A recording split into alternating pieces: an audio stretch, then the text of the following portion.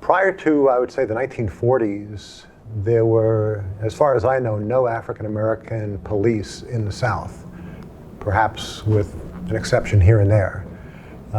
In terms of North Carolina, the first African-American police officers were hired in the early 1940s.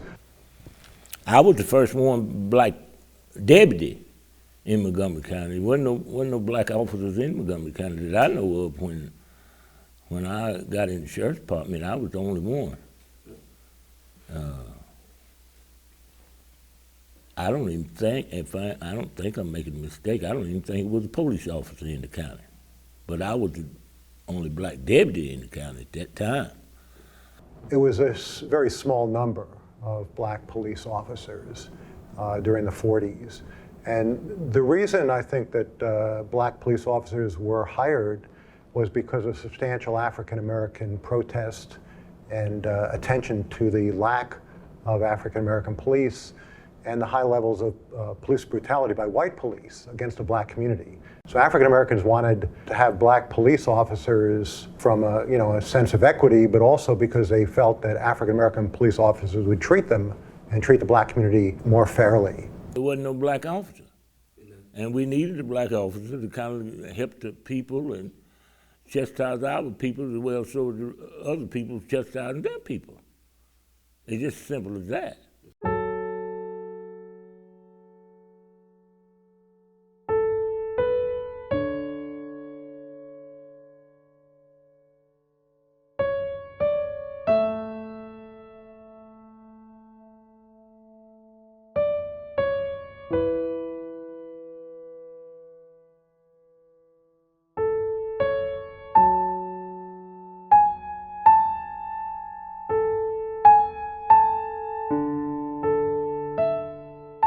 Many in the African-American community were concerned about crime against African-Americans. They felt that the justice system dominated by whites didn't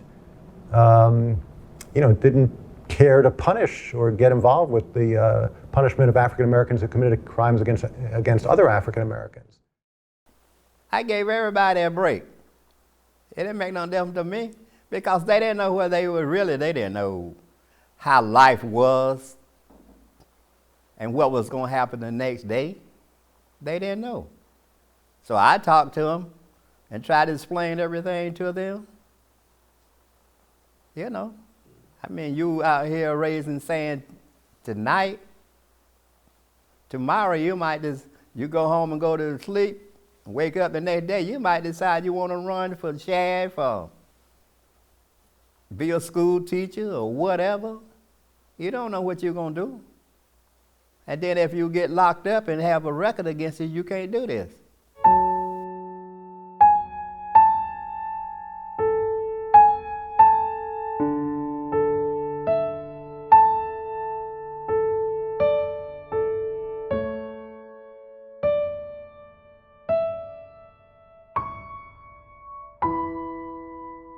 When you're up there in the jail, you find yourself more often than not ministering to those inmates. And see, at the time, you don't really realize it, but that's what you're doing. You're ministering to them. And I never forget, years ago, we were invited to a program at a church out of Troy, and the preacher was preaching, and he said, law enforcement are ministers of God.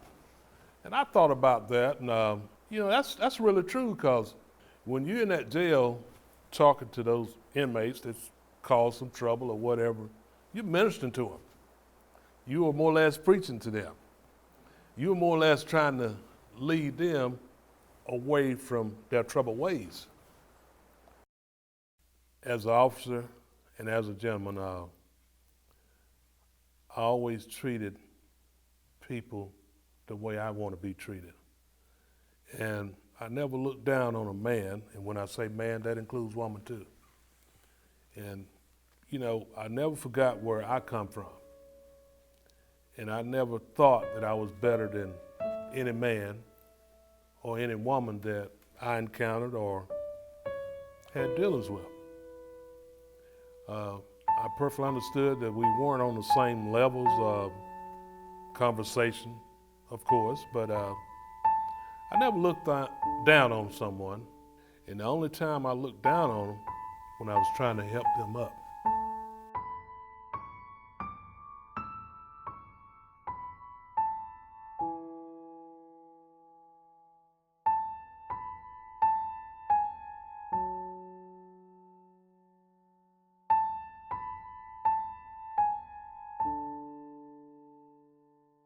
The legal system provides, in general terms, a sense that we've moved forward in the sense that, of course, you have juries that include African Americans, whites, other groups as well, and of course you have black judges as well as white judges, and you have, more balance within the police department racially in many cases. But on the other hand, there's so many instances of the police being seemingly out of control. I think things are really kind of getting worse because of the situation, because of what people see the police. You got bad cops that's really setting the standards for good cops. And I think it's going to be challenging because people look at the police now as a trust thing. Can they trust you? And for the officers that are coming up behind me, it's going to be tough. It's not going to get any better because it's already been set. And the younger generations are totally different from the older. You got that no care period from the younger generation, and to be honest, they're down for whatever. It makes it no different whether they live or die. And when you're up against a generation like that, and you're policing that, then there's no winning situation. Personally, try to put the policing aside and try to approach your kids with basketball, different activities, show them that we're friends, we're not enemies, because you have to let them know that, we're not the enemy. And some of the responses are they never had role models to really take time out to really show them the way. And once I gained that trust and the love, because when I'm on patrol, it's nothing like having kids run up to your car and, you give them gum or give them candy, or you get out your patrol car, let them sit in the seat. You instilling seeds in them right then, positive seeds. Tell